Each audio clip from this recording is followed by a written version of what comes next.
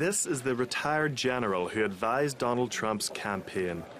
Michael Flynn is now a central figure in an investigation into possible collusion between Moscow and the Republican candidates run for the White House. It's something both parties deny. What did you tell the White House about Mr. Flynn?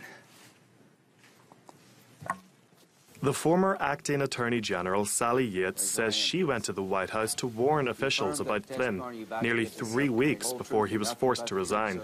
She also testified that she made 2 additional phone calls. We were concerned that the American people had been misled about the underlying conduct and what General Flynn had done. And additionally, that we weren't the only ones that knew all of this, that the Russians also knew about what General Flynn had done. And the Russians also knew that General Flynn had misled the vice president and others. And that created a compromise situation, a situation where the national security advisor essentially could be blackmailed by the Russians. And she wasn't the only one concerned. Officials for the former administration say President Obama told Trump not to hire Flynn just days after the election.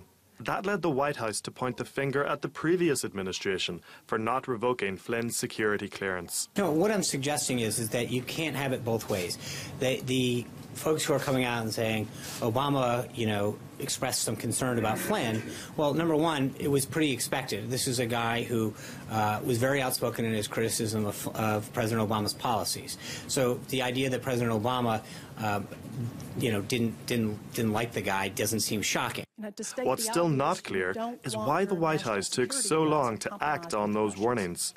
And while the administration denies any inappropriate contact with Russia, this is just one of a series of hearings still to come.